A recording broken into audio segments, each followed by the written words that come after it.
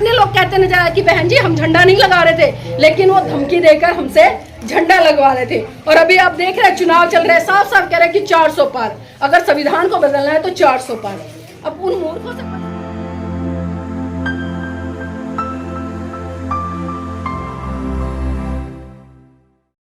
हमारे समाज के लोग करते नजर आते हैं तो बड़ी पीड़ा होती है। लेकिन दुख होता है मुझे उन मूर्खों की मूर्खता पर कि वो इतना भी नहीं समझ पा रहे हैं कि अगर बाबा साहब नहीं होते तो इस देश का संविधान कौन लिखता।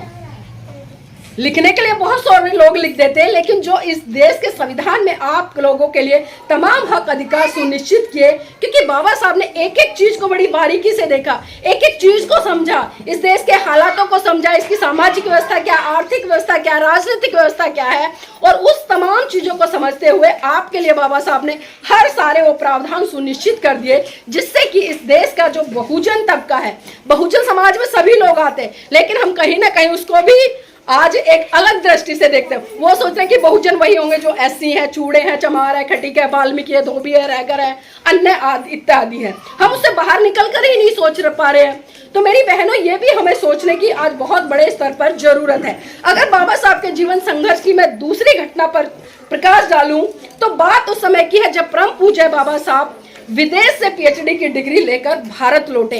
और जब महाराष्ट्र के लोगों को ये बात पता चली कि बाबा साहब विदेश से आ रहे हैं तो उनके मन में हर्षोल्लास उत्पन्न हुआ और उन्होंने निर्णय किया कि हम बाबा साहब के सम्मान सत्कार कार्यक्रम में एक बहुत ही भव्य विशाल मंच लगाएंगे और उनका सम्मान सत्कार कार्यक्रम आयोजित करेंगे।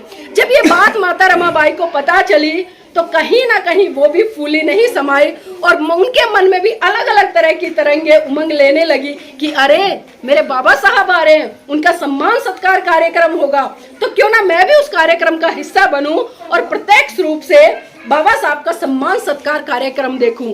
लेकिन मेरी बहनों, आपको जानकर आश्चर्य होगा, माता रमाबाई ने पूरा कमरा, पूरा घर खंगाल लिया, लेकिन उनको एक भी ऐसी साड़ी नहीं मिली जिसको वो पहनकर बाबा साहब के सम्मान सत्कार कार्यक्रम में जा सके। तभी उन्हें याद आया कि साहू जी महाराज ने एक बार बाबा साहब को सम्मान हो गई। अब मेरा एक सवाल ये है आप सबसे, जब किसी महिला के जीवन साथी का सम्मान सत्कार कार्यक्रम हो रहा हो तो उस महिला को कहाँ होना चाहिए?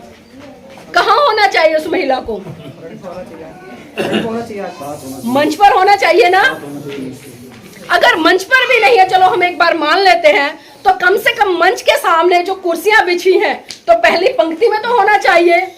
अगर पहली में भी नहीं है तो कम से कम दूसरी में होना चाहिए। लेकिन मेरी बहनों, आपको जानकर आश्चर्य होगा कि माता रमाबाई ना तो मंच पर थी और ना ही जो मंच के सामने कुर्सियां बिछी थी पंक्तियों में, ना पहली पंक्ति में थी ना दूसरी पंक्ति में थी। यहाँ तक कि जो दूर दूर तक लाखों की भीड़ खड़ी थी, माता रमाबाई कहीं भी दिखाई नहीं दे रही थी। बाबा साहब भी टकटकी लगाकर देख रहे थे कि इतना जन सैलाब उमड़ा है मेरे सम्मान सत्कार कार्यक्रम में, कहीं तो मुझे मेरी रामू दिखाई दे।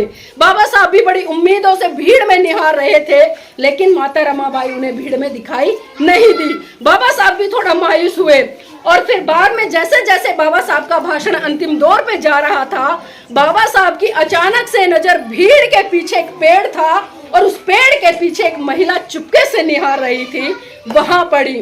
बाबा साहब बिना कुछ कहे समझ गए कि भीड़ के पीछे जो पेड़ जो महिला चुपके से निहार रही है वो कोई और नहीं बल्कि वो मेरी रामू है।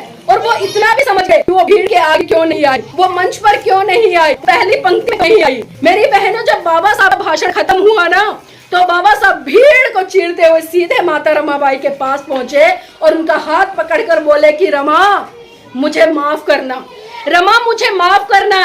ऐसा नहीं है कि मैं तेरा सत्कार नहीं कर सकता, ऐसा नहीं है कि मैं तेरा सम्मान नहीं कर सकता। रमा, ऐसा नहीं है कि तुझे एक से सुंदर एक साड़ी पहना सकता। रमा, ऐसा नहीं है कि मैं तुझे आभूषणों से नहीं ला सकता। लेकिन रमा, जितनी जिम्मेदारी मेरी तेरे प्रति है उससे कहीं ज्यादा जिम्मेदारी मेरी इस भारत देश महिलाओं के प्रति है, जिनके शरीर आज ठीक से वस्त्र भी नहीं है शरीर ढकने के लिए। तो सोचिए मेरी बहनों, जिस माता रमाबाई ने अपने पूरे जीवन में कभी कोई कीमती, कोई सुंदर, कोई साफ सुंदर साड़ी नहीं पहनी, उस माता रमाबाई के त्याग समर्पण बलिदान के कारण आज मेरे इस देश की बहनें और समाज की बहनें 1,000 रुपए से लेकर लाखों रुपए तक की साड़ियां पहन रही है। तो मैं नतमस्तक करती हूँ ऐसी रमाबाई को, और मैं मानती हूँ कि अगर माता रमाबाई नहीं होती तो शायद इस देश में डॉक्टर अंबेडकर कभी भी बाबा साहब नहीं बनते। तो मैं चाहती हूँ समाज की बहनें कम से कम माता रमाबाई के जीवन संघर्ष का 10% जीना शुरू कर दे। और जिस दिन मेरे समाज की बहनों ने ऐसा करना शुरू कर दिया तो मैं कहती हूँ कि इस देश में एक नहीं बल्कि हजारों अंबेडकर पैदा हो जाएंगे। लेकिन जरूरत है उतने ही त्याग समर्पण बलिदान की। आज हमारे बच्चों को जरा कुछ हो जाए, खांसी जुकाम भी होता है तो हम कहाँ भागते हैं, अच्छे से प्राइवेट हॉस्टल में, लेकिन भागते ना कितनी चिंता होती है हमारे बच्चों को मिला कर जुकाम हो, निमोनिया ना हो जाए, इसे विचार आते हैं। लेकिन सोचिए उस माता रमाबाई ने तीन संतानें तब खोई जब बाबा साहब विदेश में पढ़ाई कर रहे थे।